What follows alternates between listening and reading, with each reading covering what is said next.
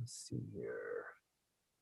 And Jen has done some work, Dan, with a mutual friend of ours who just produced her first book, and she did it really more from her platform as a, I don't know if you call them mini recording episodes with Nettie, and helped her to get her book off the ground. And so, even though we have a PR firm, Dan, we may have to try to think through this. Maybe Jen might be a better fit. I mean, we'll see, but we'll work it out. But she's great. Our firm is great, and we'll see where it goes. So, anyways, if you guys are ready, give me a thumbs up.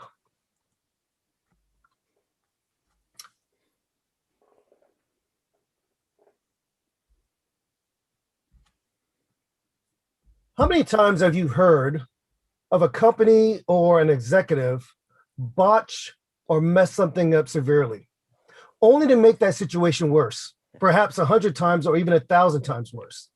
They fail to display empathy, and they don't appropriately acknowledge or even offer an apology. That situation can ruin an organization.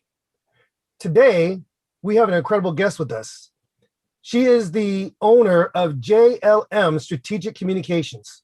Jennifer McGinley is going to share with us some thoughts, tips, and her advice on how to build a great PR strategy and what you should know. She's going to address even areas that you can mitigate, or let's start that one over, guys. I'm going to start that over again. Let's start that over. That was a mistake there. Went off script a little bit. I was trying to ad lib. All right.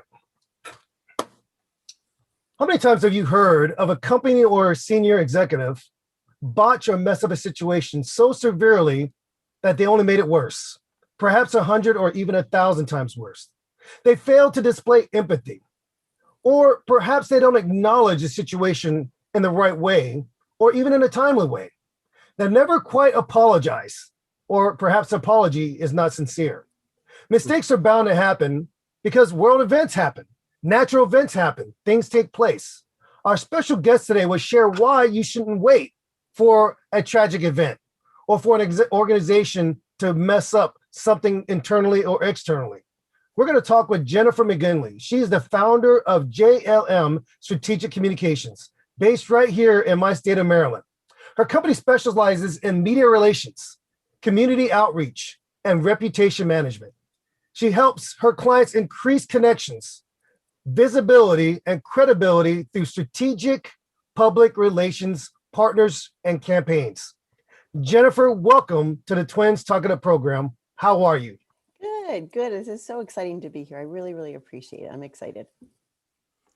This is Danny, and I'm really excited to have you on board. I'm actually in the IT industry, and we actually had one of the big vendors that was breached and hacked. So you can tell when a CEO comes on and speaks whether or not that CEO is authentic, apologetic, or making excuses. And it doesn't matter your size. The fact that a CEO can come on board and say, well, only a small number of customers were affected. I would tell you that he needed a little bit more work on how he provided his delivery, because we weren't convinced. So I think that he was trying to put out a fire and only made it worse, in my personal opinion. And I'm not going to name the firm at this moment, but if you look on the internet over the last week and a half, you'll know who that company is. So I think they could have used you, Jennifer, to help the CEO deliver the message more authentically and a better response. So let's tell our audience today, what is a PR firm? When do you need a PR firm?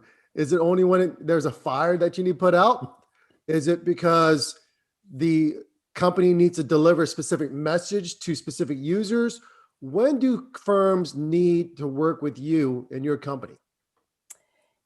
It's a fantastic question. And if a PR firm, if an organization can afford it at the very beginning, I highly recommend it, because that way you all grow together. And I think that is extremely, extremely important. And also to touch on the crisis communication part, I always say it's not a matter of if a crisis happens, it's a matter of when. And you totally need to prepare ahead. And you know what that is? The key to that is media training. And we could I could talk about that for hours and how to do it. to be really organized. And I think the most important part is for a leader to be clear and consistent and genuine, and lead with empathy, honesty, and transparency. And those are all things we can see from eye contact, preparation, and really the internal communications part too with the employees. So to be blindsided is a nightmare, and every organization needs to be prepared. That is, Jennifer, yeah, this is David, and I appreciate you sharing that. And from time to time, you'll hear myself or my twin really acknowledge who's asking the questions or who's presenting the question, because our audience might get confused as to which twin is speaking. But Jennifer, I appreciate you mentioning the importance of working with a PR firm, even at the very beginning stages. Can you talk in terms of how an organization, let's say you're, and by the way, I don't know if you're industry specific, but I believe that from our conversations in the past, you've specialized mostly in the healthcare and nonprofit spaces, right? Exactly. Okay, so if an organization approaches you and they know that they're getting ready to launch their company, and there's one in Maryland here that I've been speaking with in the last couple of weeks about doing that, and they want to work with you from the onset, what should they know about working with you versus just, let's say, working with an advertising firm? What should they know about working with you in terms of building that partnership in the very beginning? That's a fantastic question again as well. And it's really public relations, and it's within my field, it's always talked about how do we differentiate between marketing, advertising, communications, like or PR. Public relations, it's all about building relationships. It's all about connecting, communicating, and consistency. And so you can bring on an ad agency if you have the dollars, and that's a lot more money to spend. It depends really what your mission is and who your audience is and your goals. Public relations tends to work best for nonprofits, healthcare, really any organization too, but you really have to have a budget. I've worked with a couple of organizations that we were all in and then they couldn't afford it anymore. And you really have to be thoughtful in moving forward, because you can't stop and start PR, Mm. because then what happens is you start and stop relationships and then you lose your credibility. And that's what I've seen. So you have to Wow. be very, very thoughtful and set aside a budget. If you don't have a budget, then I would recommend, which I did a couple of months ago, I did an hour or 2 hour kind of a prep strategy call about what public relations is. And it was just for an individual starting in a certain industry. And, she hopes to be able to afford my services in the future, but I can get an organization started and I can help them prepare. And how I do that, and I hope this is a good place to start, it's really figuring out the who, what, when, where, and why. So you can really write that down. In fact, I've been interviewed in a couple of publications talking about this. So it's the who, what, when, where, why, and how. It's about your mission, your vision, your purpose, your audience. So once you get that kind of honed in, so to speak, and your messaging and your purpose. And that I would envision, if it's a startup company, you're sitting around a table and it's almost just with a whiteboard or your legal pads out saying, all right, guys, we're starting our organization. How are we going to move forward? And then you can hop on a call with a PR consultant and they can kind of give you some tips and tricks and tools to get started as well. But I think an organization needs from the get-go to have an idea, because it kind of goes back to that crisis. If something were to happen and they get called up and they have no idea how to speak clearly about the situation, then they're going to lose credibility right away. Mm. It's better to be prepared. And I think when you prepare your team internally first, along with HR, which you had sent me a question about that, I used to work with HR departments because internal communications needs to be done first before you go outside to the public, Yeah. because your internal team and your employees are your best advocates. It's the word of mouth, and there's so much that can be discussed about that as well with the social media part to that too. So you go inside first, perfect the messaging there, make sure everybody's on the same page and really understands, the values, the mission, the purpose, and messaging before you go outside. And when you start small, it just becomes a habit that everybody knows what's going on. And I always say, no silos, no silos. Every team, every department needs to know what's going on. And if it's the hard questions and the hard responses, so be it. It's better to be clear and honest instead. I love that. This is Danny, and I really appreciate that. When I sit down with my clients, or when Dave sits down with his clients, we always like to sit down and put together a strategy. Mhm. And I am amazed, Jennifer, how so many organizations do not have a strategy. Uh, well, we just want to grow by 200% year-over-year growth. Well, what's your strategy? Well, just hire more salespeople or make more phone calls. And I'm so happy to hear that the ability to engage your firm to go and have a PR strategy should be done in the beginning. It should be budgeted out. That way, everybody's involved. Before you go external, you have to do internal. And you have brought up the 5 key points: who, what, where, when, why, and how. So 6.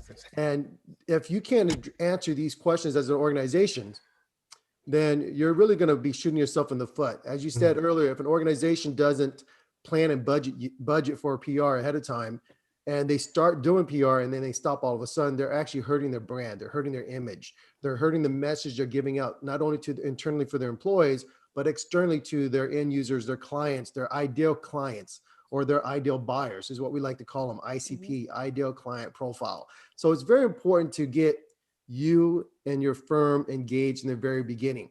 Now, one of the questions that customers may have is, can engaging a PR firm and bringing PR marketing together, can it actually lead to increased sales, increased ROI?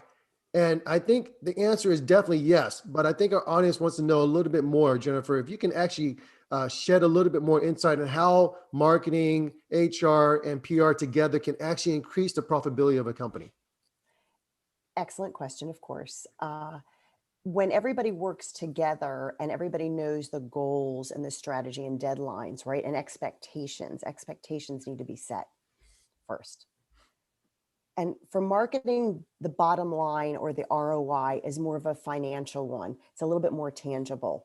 The bottom line for public relations is relationships, like I said before. Mm-hmm. So when you're intertwining them together and make them fit together like a part of the puzzle, then everything kind of moves together and the traction starts to happen and the momentum. So in fact, I'm working with an organization right now up outside of Philadelphia. It's a community hospital. And I'm working with the marketing team, right? And HR for recruiting, because they need more employees or providers. But I'm also starting a PR campaign for them, and I'm doing their social media content curation.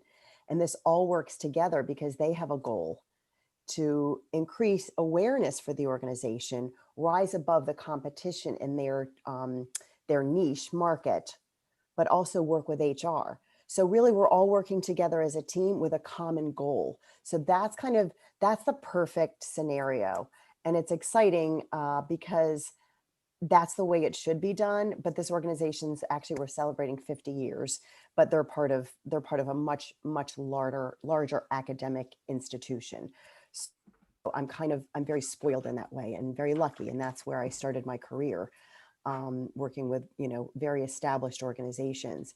But I can take that knowledge and bring it down and hone it in for a startup because I already know what the potential is and I see it. And I think that's one of the gifts of being in public relations. I've been in it since 1991, right out of college. But I have that experience and the know-how and the wisdom. And I'm so grateful for all of the work I've done and the amazing people I've worked with, that I can take all of those experiences and lessons and failures and use them now and kind of infuse them into my current work and my current client work. Jennifer, this is David, and I appreciate you sharing not only about leveraging relationships, and that's part of what you do as a professional firm, is you really establish those relationships, you build those relationships, and basically those organizations, because they trust you, you're that bridge for that startup, or you're that bridge for that small firm trying to get into that market, right? Mhm. So I have to ask you a question, because you made a point here about working with this marketing department of this hospital or this healthcare group.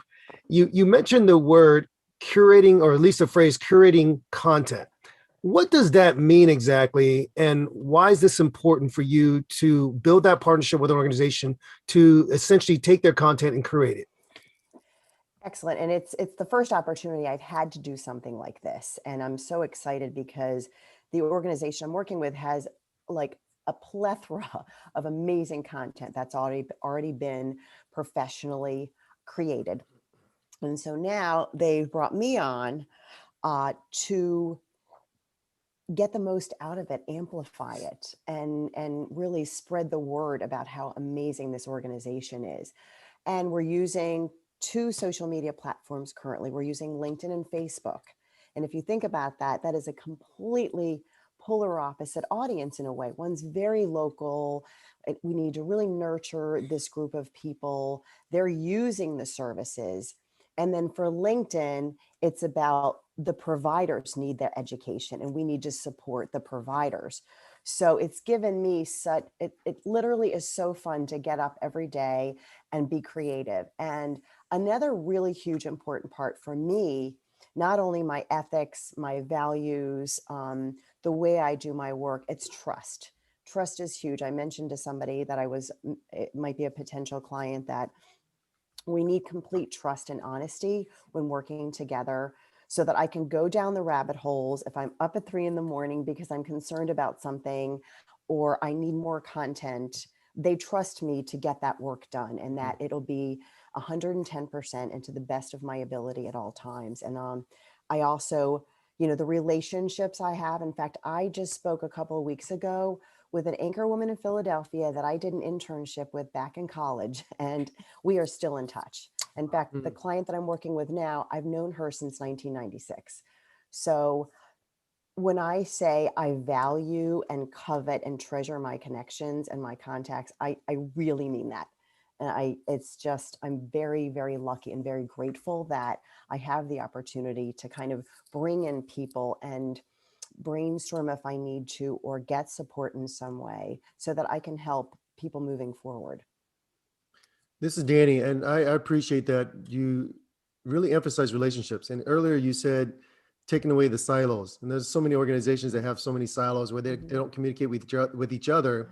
And when they launch a brand, or they launch a software update, or they launch new product releases, whatever it may be, and customers are not happy, or internally people aren't on the same page, whatever it may be, it can actually cause more damage.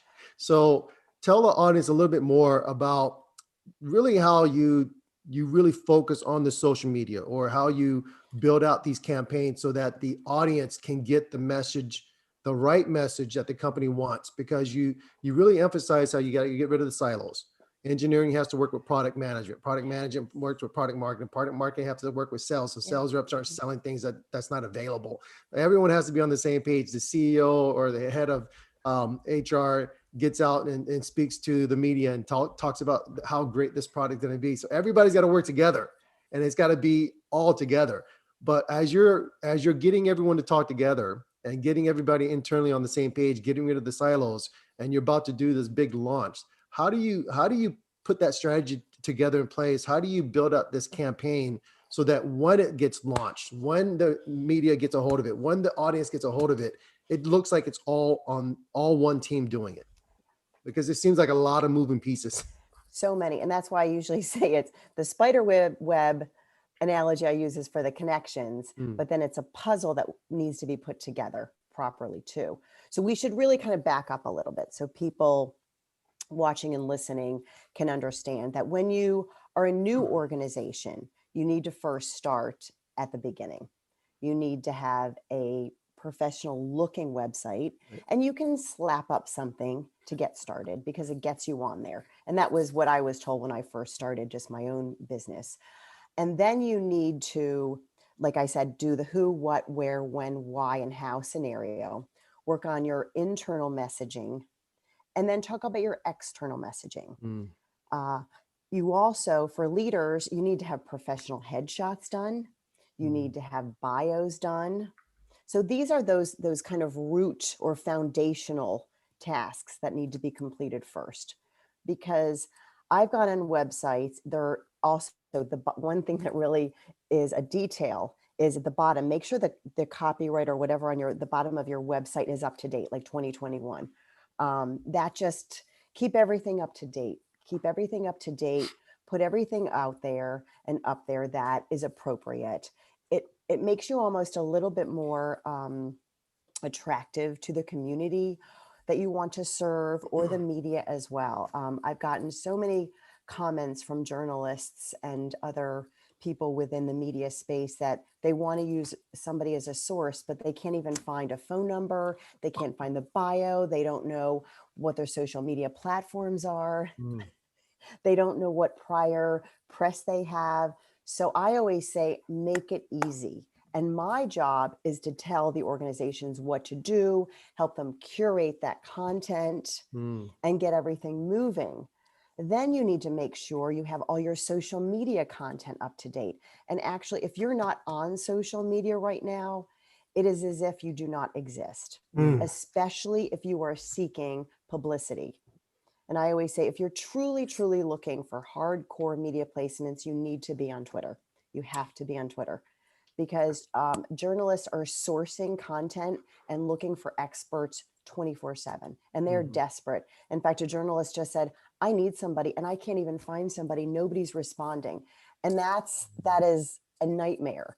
I have a rule of getting back to a source within 30 to 45 minutes, an hour max. Because you know what? There's no cost associated with media placements. And I don't mean to move all over the place, but that's kind of going from that internal, moving to external into that potential goal of getting a media placement. That's how it all happens. You have to do the work ahead of time. And, there are no guarantees working with public relations. That's what's hard for people to put it in a budget. And that's why trust is really important, like I mentioned before. Uh, and I've been asked, like, well, I want to get my client into Forbes. Mm. That's a fabulous goal. But first of all, is it appropriate? Do you deserve to be there? And what work have you done prior to be legitimately a part of it? I've even had someone say, well, can you get me on the Today Show tomorrow? Probably not. I don't personally know the assistant producer there right now. They're changing all the time. And if a story is that valuable and really could go viral or get national publicity, it will happen because I've seen it. I got a client on Good Morning America a year ago, and I kind of saw that potential. And I know what the news is. I have worked in a newsroom. I adore journalists. And I have amazing connections that if I need anything, Yep. my credibility level and my reputation are such that I can make things happen. But it's not magic. It's not going to happen today or tomorrow. It's sometimes it's a slow climb. It could be a part of trending or breaking news, but it's the hard work has to be done first. Jennifer, this is David, and I appreciate you sharing that. It's very rare to be able to see someone just pop on the scene and instantly get that stage. And it might take time. It's the whole analogy of sports. You got to go through the minor leagues sometimes to get to the majors. And as you go through the minors, then people get to see your reputation. They get to see your consistency. There you go. I wanted to really do a follow-up, but before I go into my question, Jennifer, you made a great point. If you're not really visible on the social media stages, you're really not visible to anybody. You've got to be relevant online. And I see your Twitter posts all the time. And I'm thinking to myself, Dave, you probably need to put a little bit more effort into your Twitter presence. Yeah. And so it's really good to be able to hear that you can do little things to make sure you're consistent online, because that's really what people want to see, just consistency. The same message, the same type of frequency or how often you get it out there. That's what's important. And they won't get confused if it's consistent and if it's coming out with the same type of message. Am I right? Yes. The other important tip is engagement. Mm. You really just throwing stuff up there and walking away. I always say, don't post and ghost. Hmm. I go on in the morning around 7:30 and I start on all my social media platforms. And while I'm watching the news, and sometimes while I have a laptop in front of me. So I'm good at multitasking. My brain just is more energized and inspired that way. So we And want to be like Wendy's burger food chain on social media when they do their Twitter posts. right. But you know, I need to engage with people. I need to provide Right. value. My clients need to provide value in order to get that payback or that, Mm, you know, the flip side, right? Because it has to be a bit of reciprocity. We need to be reciprocal. I need yep. to provide value in order to get the value. And it doesn't all happen at the same time. Sometimes I'm just, you know, putting out all my tips, my tricks, putting up my media interviews that I've done or podcasts, because there's a lot of value in what I can offer and teach others. But then on the flip side, if I need help, I can go to someone. You know, in fact, I had a meeting with Yeah. somebody out on the West Coast, and she's kind of a podcast expert. So we help each other, and it's amazing. And I appreciate that so much, when people can work together, and really it's collaboration, Yep. Yep. you know. Yep. And I have a phrase that just I use all the time is clear, consistent content and communication build a community, because Hmm. that's what all organizations, whether it's a for-profit or nonprofit, you're building a community, and you need to surround yourself with people that are your advocates and can speak on your behalf, have seen you in action, trust you, and that's how it all starts to work. So that, you know, you mentioned a client that I have, and I helped her launch her book, and she's now finding it's all happening for her, and it's in cycles. It was the first bump, we're like, yes, then the second, and then something big happened for her this week with a large university. So, you know, it's better, and I think it's higher quality when it's a slow climb, Yep. because there's a lot more depth and character to that Mhm. organization, individual, or brand.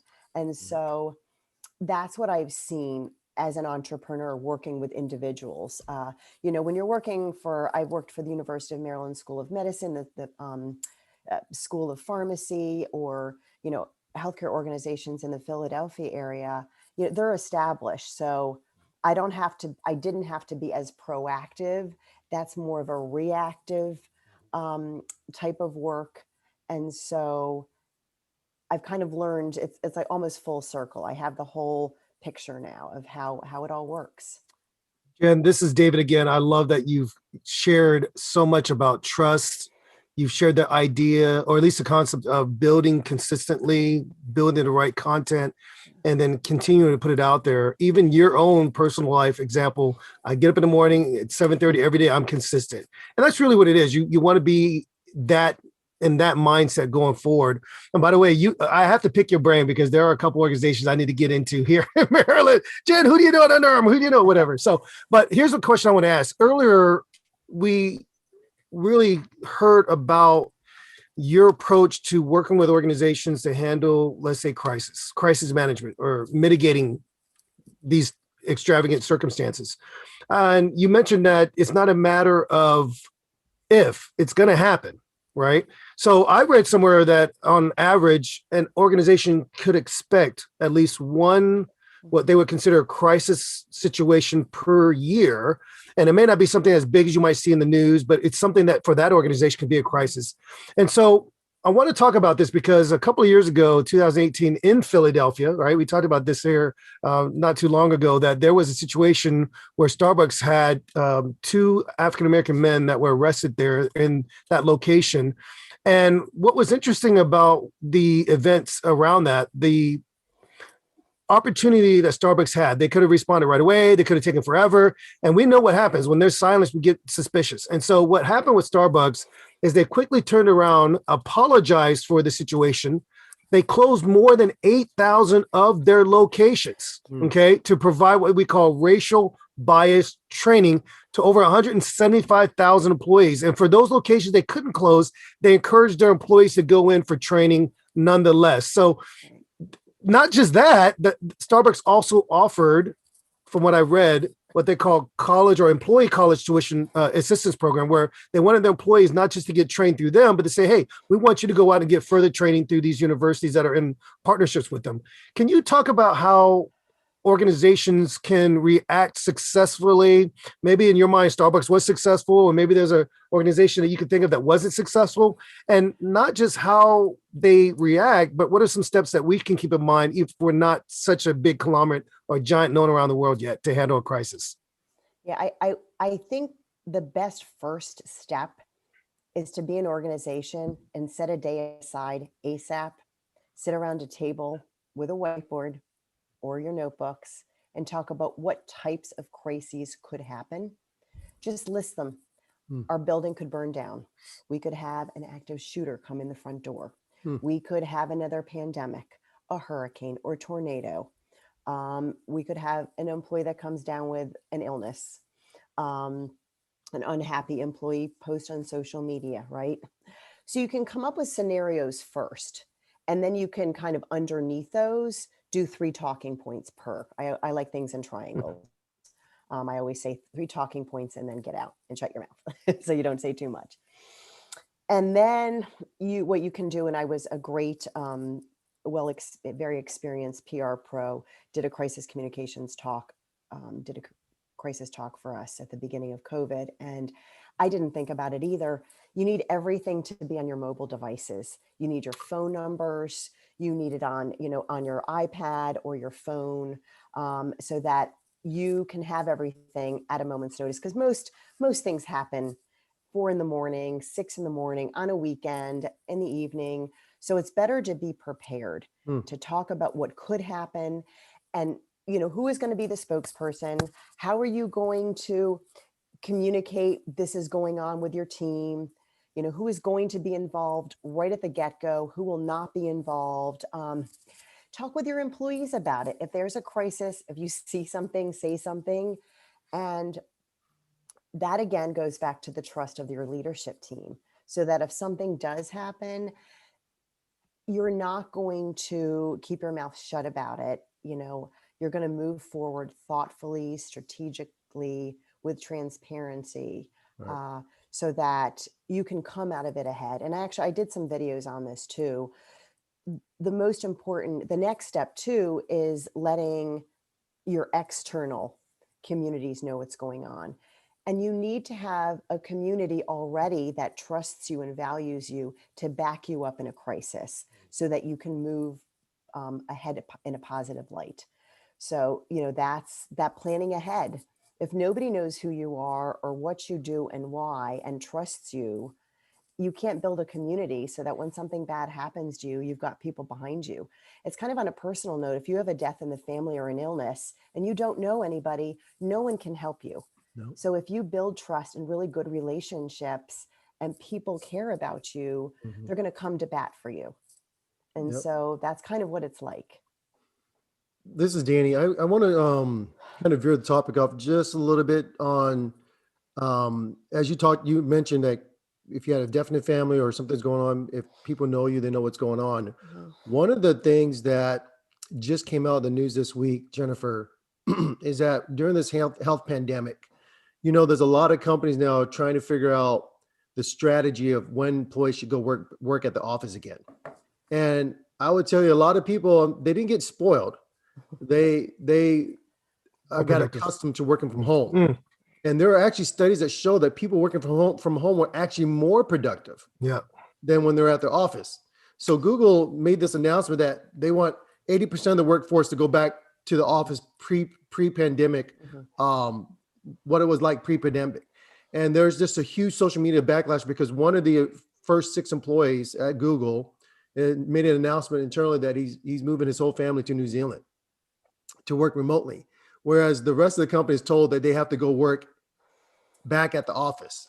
And so there's this big backlash now about, well, you're going to force everybody to go back to the office now.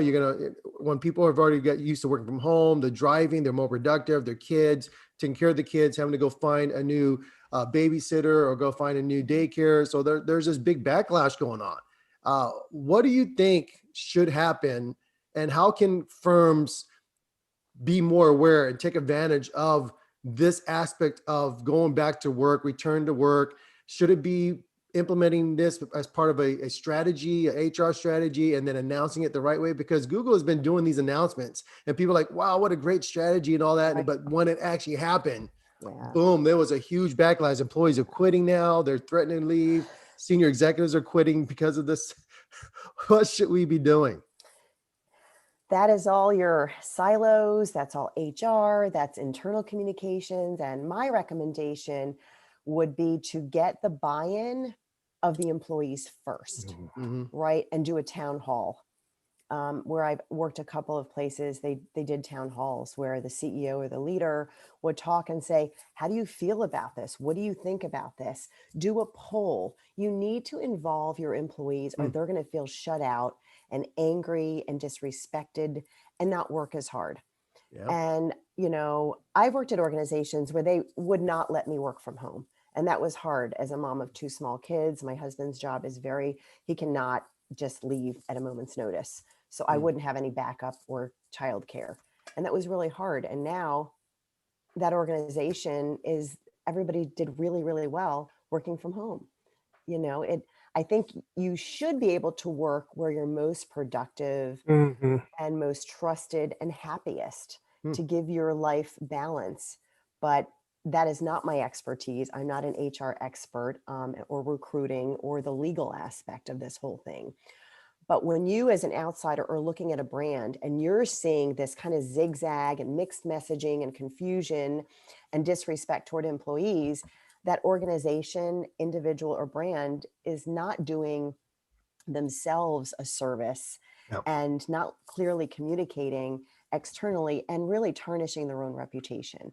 And these organizations obviously have to work with a legal team and recruitment and HR to clean this up and to be really consistent and have a solid plan involving their employees first and then present it in a way that is really appropriate for everybody and really professionally done.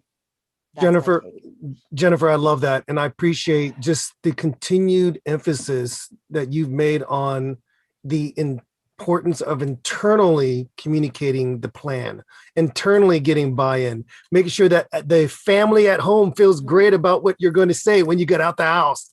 Yeah. And I think that's so awesome. I appreciate that. It's really the concept or the idea of having true partnerships internally. And I think my brother used to make this comment in some of our meetings that you got to have this spirit of almost an internal entrepreneurial spirit where people have the freedom to share ideas with each other and they feel great about what they're saying. They feel good about what the leaders are doing. And then when you go out, guess what? They have the ability to reinforce what's being said on social media. They have the ability to go and tell their their friends and their neighbors, no, this is what we stand for. What you see as the core values on the website, that's who we are at home. And I love that you've made that echo. But I want to ask you about another partnership here. Okay. The whole aspect of working with professionals like yourself, firms like yourself, public relations firms, is that partnership. We talk about trust, trusting inside, trusting outside.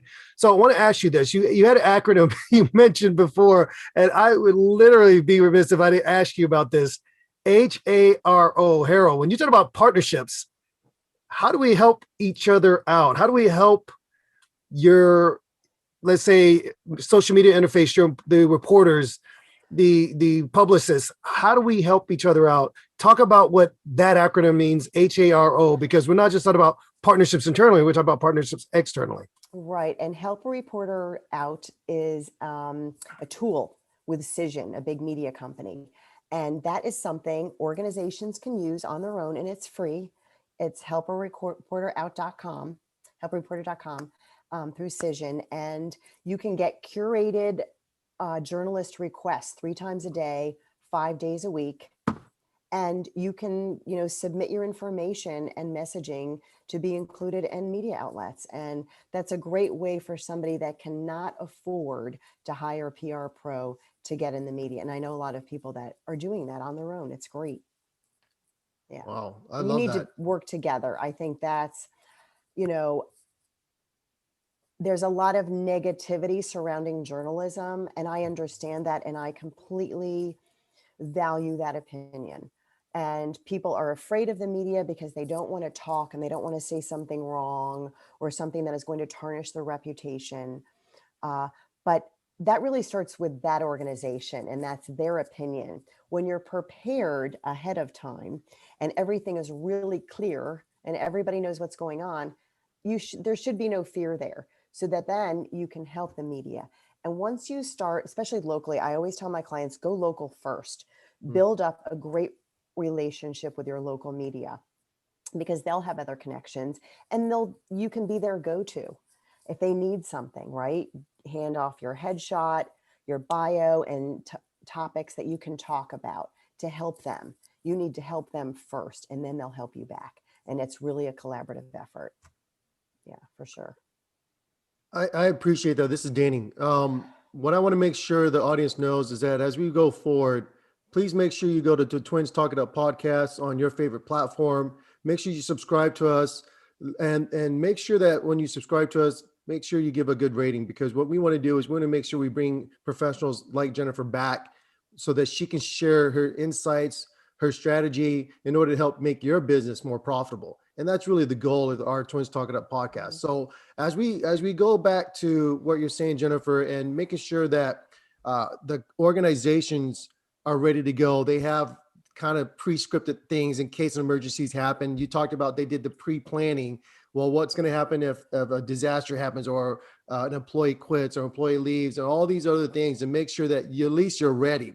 You also mentioned how you get up first thing in the morning. You're putting your time into Twitter. You're putting your time into responding to your customers' opportunities and your clients. You're putting in the work. Now we're asking our clients, our customers, people who listen to our podcast, put in the work. Make sure that not only do you think about what you do every day, not only do you think about your clients, not only do you think about the social media strategy, all these things, it's very important to get people like Jennifer involved in the beginning. It's very important to budget the PR firms in the beginning. So Jennifer, I'm going to ask, because you spend so much time helping your clients, putting together a strategy, making yourself kind of available 24/7, because you have to be ready when a crisis happens or good news happens, everything, all that stuff that's happening. Should your clients also do more planning so that they can be ahead of the game? And what I mean by that is, instead of waiting for something bad to happen, what can they do to be ahead of the game, to prepare themselves so that when they meet with you, it is a shorter meeting. It is a meeting ready to go to market. And then yet you're like the Pope, you're going to bless it so that it's ready to go. We're all in a fast moving work environment today. So what can clients do to get ahead, to be prepared, so that when you come into the door, it's like, yes, let's go make some money, because yes, I bless this. Yes, let's make it happen. So what can clients do to get on top of the game? Right. It's like I said about the who, what, when, where, why, and how. Have that all done. Have your website up and ready to go. Have a bio, headshots, have a goal. Be really clear on who your ideal clients are, your ideal audience is, the industry that you want to be niched into. Then, where should you be in terms of the media? Because it's not just about media relations. It's about community outreach. It's about speaking engagements. It's about events. It's about different types of launching different campaigns. Mm. A lot of people don't understand, to get a paid speaking engagement, a lot of free ones are done first. If you want to publish a book, there's a lot of work on the back end first. If you want to do a TED talk, there's a lot of work that's going into that ahead of time. It's not instant and overnight. And it's a slow climb sometimes, not always. It just depends on the individual and their, expertise and experience and the way they carry themselves. There's a lot of training that needs to be done, which is what you guys do, training speakers, being poised and comfortable in front of a camera. It's the media training, which I've done for hospitals or physicians and anybody else I've worked with. I do, Zoom training for media as well, media training. So get your ducks in a row first. But it's a collaborative effort. I was emailing with a client this morning, and it was a Saturday morning, and I'm very responsive. That's something I take very seriously too. It's, certain clients have me on the red phone and that does cost extra. Some don't need it, but yeah, it's the red phone, especially during the pandemic, I got about like 17 to 19 media placements for a client, but we were like messaging every single day, every single day. And I prep my clients before interviews. I send them talking points. I can do a Zoom call with them. If one of you were a journalist, I can sit just like this and do this virtually, which is beautiful. Usually I'll go to a newsroom and hold their hand and give them a bottle of water and say, you got this, you can do this, just be you, so there's a lot that goes into it, a lot that people don't understand. And I didn't realize that going on my own and owning my own business, because when working for organizations that have been around since 1813, although I did start a media program there, a media relations program there, everything else was already done for me. Right. But if you're new, you're starting from ground level and you have to have patience with everybody. And, the one thing I say is there are no guarantees. Media relations, to get somebody placed, there's no cost. And I don't do pay to play. I don't pay for things. I don't boost content. I don't, pay for awards right now. Those pay to play things, I'm not comfortable doing those right now. And I don't think I ever will. And within my group of PR professionals, we are all on the same page about that. I like that genuine, authentic approach to everything. Jen, you're speaking our language, and I do appreciate it. This is David, and we've been so encouraged to be able to have this time with you to learn how important it is from the very onset. If you're a startup firm, if you're recently, let's say, a newer organization under 5 years, you've got to really evaluate your need for working with a PR specialist. A public relations specialist like Jennifer can make all the difference in your firm being successful. I appreciate the point she made today about being consistent. The content's got to be great. The content's got to be consistent. Your social media platforms have got to be up to date. Your website's got to be current. You can't be having a video that's outdated. You've got to have current videos, great headshots.